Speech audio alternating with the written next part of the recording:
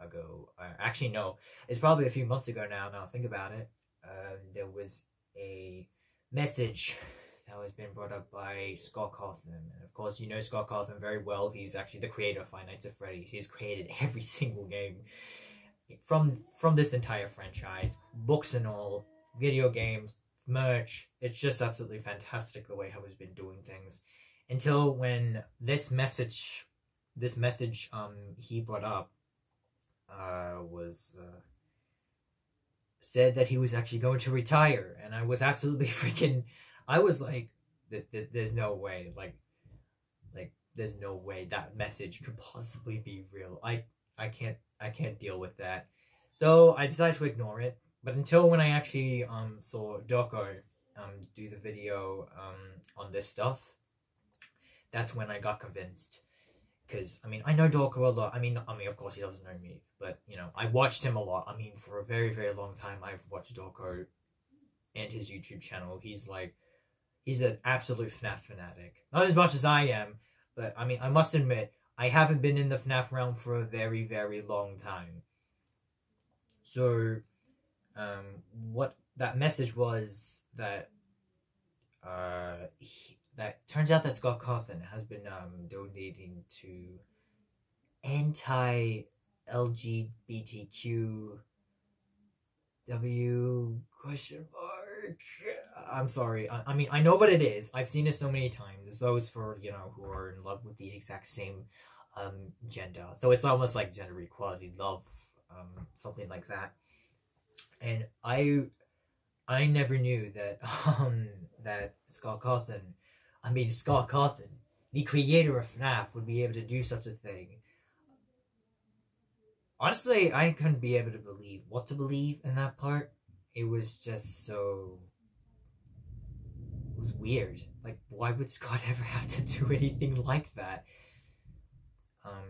And I've heard that a lot of people, whether or not they're going to be doing any FNAF content or looking at FNAF content such as this one, because for me, I'm of course going to keep going. I mean, why the heck wouldn't I? But that doesn't mean, I mean, I will say this, like, I don't think what Scott Cawthon did for those certain donations was actually a good idea. I don't really think that was a really good idea, but I'm pretty sure that he probably might have learned that. I'm pretty sure he has, because, yeah, I mean, Scott's a great guy. I mean, I haven't really met the guy, okay? But he's been amazing for all these years for people in this community, for the FNAF community, to be precise. It has absolutely been fantastic. I mean, I never got FNAF until the 6th game came out, ever since when I finally got Steam, which was in 2017 or 16, I believe. Actually, probably 17 or 18, yeah. But after a while from then, there has been, and I got that's when I got Freddy Fazbear's Pizzeria Simulator.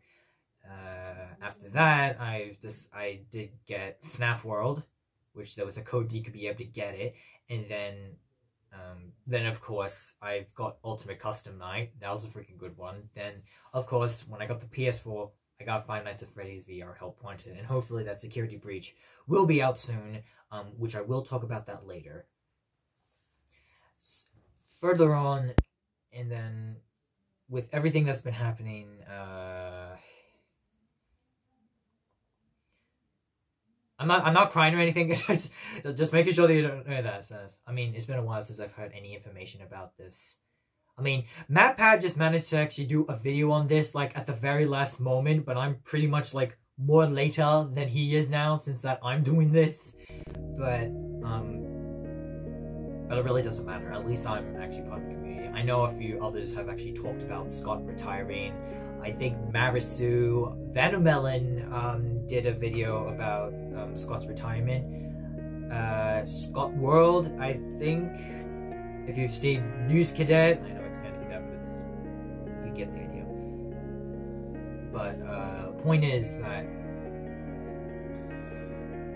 mean, it's great that a whole lot of people still support him. I mean, of course I'll support him for creating the FNAF games, of course. I mean, I don't really think how he did what he did back then, and due to his retirement, I'm pretty sure he'll have a very good, happy life. So, farewells to you, Scott Cawthon, and thank you so much for doing this. Not just for me, but the entire community, the entire FNAF community out there, which people will hope to enjoy a whole lot soon. Now, with that out of the way, let's move on to figuring out what's now going to happen with the rest of FNAF entirely. Yeah, this is going to be like a bit of a little bad theory here. Just a quick one, because now with Scott Cawthon's retirement, we don't really know who's going to be in charge of actually, of the entire franchise, okay? So we've got a few things that we need to figure out what's going to happen. So as I said about Security Breach, it is coming, but we still don't know when the heck it's actually going to be coming. I did see a bit of a quick release date. I think it was like the 27th of December this year. So unless the date will be changed, and it might have to probably be straight into 2022 next year. That's another thing. So hopefully, yeah, we're gonna have to wait and see. I mean, to be honest, I really don't mind which way it's gonna go. If it's gonna be released this year or it's gonna be released next year, I mean, it really doesn't matter to me. I mean, I can wait. I wait for so many other games for so long. Take for Sonic, for example, and the new Sonic game that are coming out, like Sonic Rangers, Sonic Colors Ultimate, all that kind of stuff, and the new Netflix series Sonic Prime. I mean, that's gonna be good. I can't wait for that one. But with FNAF specifically, I can wait a little bit longer, and hopefully anything that'll happen will, hopefully it'll be good, because I already know that FNAF Security Breach has been doing a really good job in development, which is gonna be great.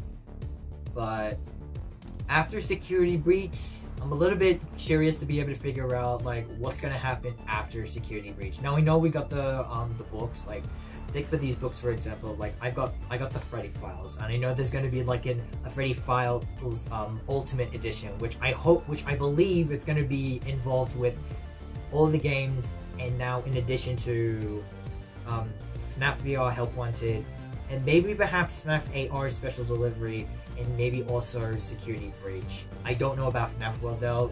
FNAF World was one thing that Scott Cawthon didn't like, yet he decided to put that as a lore perspective. I don't know whether he's gonna add that into the Ultimate Edition now. I don't know. Twisted One's chapter, I've already read it, especially the Silver Eyes and the Freaking Wolf Closet. I only got these three: the Cliffs, Gumdrop Angel, and the Puppet Carver. So I'm just still waiting on for books number 10, 11, which is actually just those two books. I don't have the rest of the other books before those books came in because, I've watched a few YouTubers such as Dorko or Matt Pat from Game Theory. They talk about the story, and I've been listening to them a few years ago actually. But I wanted to get those books specifically because they haven't been said yet. And I wanted to read them for myself so I can understand what the heck is going on without, anyone else telling me, so I can do it for once by myself to figure out, is there any lore, is there any connections, is there anything that's new, anything that's good that's popped up. Especially with the Stitch Wraith stories. If you have seen the Stitch Wraith stories at the end of the books, there will be some Stitch Wraith stories still going. Because we know that in one of the Stitch Wraith stories, the Afton Amalgamation, Agony, he is actually defeated in the book. So I don't think you kind of defeat him in Security Breach though, but not technically really, because he will probably just come back to life or something. But then afterwards, when you have Baby, that Eleanor prototype, which is now the new threat to the books, this is going to be the new villain, which honestly, when I heard about that, I was like, what the heck is going on? Why is Eleanor involved with this? Why is this Baby prototype now becoming the new antagonist for this series? What the heck is happening? So I would assume that version of Baby, or in this case Eleanor, we know that the real Baby herself was called Elizabeth Afton. We understand that. That's Afton's daughter. But the only question is that, why would she have to do anything about it? aside the fact that I've been hearing a lot that, you know, she wants to stay young and beautiful before her days end or something like that. The only lesson to that is what I say is that beauty cannot last forever. And besides, look at her. You think to believe that she could stay young inside an animatronic suit with her soul still inside with, I mean, this is a part of her soul. I don't know if it is, but if it is a part of Elizabeth's soul in this baby prototype, then I'll be darned. And then finally, actually no, not finally, because there's a little bit more. I mean, I don't know about another game that might actually come out, which is the one thing I am a little bit curious with. Because if you finish Security Breach, what's gonna happen after that? I mean, I know that the books says it all, but I have my suspicions, because I don't think that Security Breach is just gonna be the final game. I mean, sure, the After Amalgamation is finished in Security Breach and in the books, which is now, and it knows the new enemy. So are we gonna get another game or something? Like an actual game to actually get the finalized chapters so we can end literally all of this. You get what I mean? Like, cause this thing hasn't ended for quite such a long time, and I'm just wondering to myself, there has to be a chance for this game to finish off, right? Like, maybe they could possibly, and this is one of my things, this is like a what if here. What if they decided to do, like, they didn't do any Freddy Fazbear's locations anymore, but they decided to go back to where it all started, perhaps.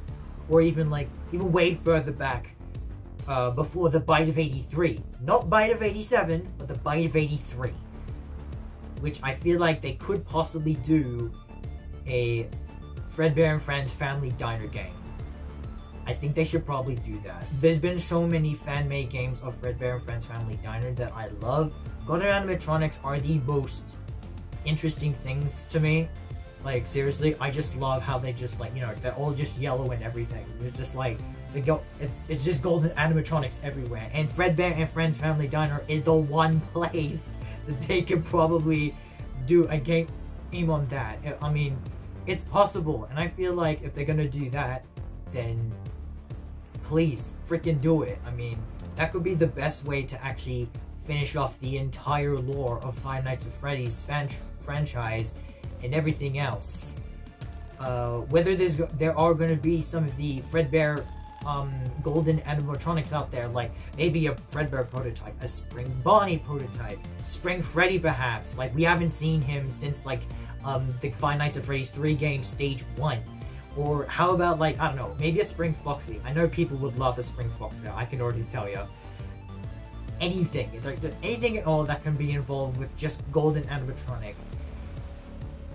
I would be very happy with that, like, just to finalize everything. But we still want that lore perspective with this Eleanor baby Elizabeth character, or whatever the heck is going on with her.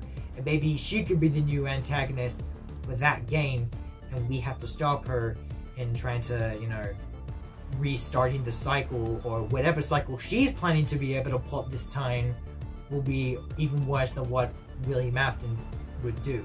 So I'm gonna stop right there, and I feel like that's probably like enough theory-based stuff for now. Like, but I do feel like that's a possibility. And if any of the games, like, I don't know, like Steel Wheel or Lumix, I mean, they're basically Fnaf AR. But it's possible they could probably do that. I wouldn't be surprised.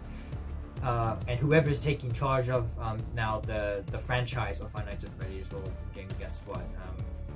Hopefully they'll do that. And if they do that, thumbs up for me. I can't wait for it, and I cannot wait to be able to finish the entire lore. If there's more books involved, like take for that the 12th edition, the 12th book of the Fazbear Frights, I have a feeling that bonus 12th book will somehow have to be related to some sort of lore, because they said the 12th book is like, oh, it's not a freaking, it's got nothing to do with the lore perspective of Five Nights at Freddy's. Yeah, you think I'll believe that? There's been so many things happening now that Five Nights at Freddy's have been saying that, oh, it's not lore related. You think I'm that dumb to not realize it, okay? That's the one thing I'll never miss about Scott, is trollery. I mean, I've never missed a door. I've never felt for a single troll in my life by Scott Cawthon. That's like the only thing that I'll never miss about him. I mean, it's funny the way how I put it, but, you know, I mean, why? No one likes, you know, nobody likes Scott's trolls. I mean, am I right? At least that's the one thing you can like about hating in a good way. Is that a thing? I don't even know. I'm not that sure if it makes sense anymore. So, but anyways, that 12th book might have to bring up some kind of connection in some way. They cannot just say it's not connected to the lore of the franchise. I highly doubt they just said that just to say it on purpose. I don't believe it. So anyways, I'm actually gonna get out for real this time, and thank you guys so much for watching this video. I just wanted to get this out of the way. And also, Scott, thank you so much again for creating all the Fnaf stuff. I really appreciate it. Yes, I'm not going to do my regular outro because this is a lot. This channel, man.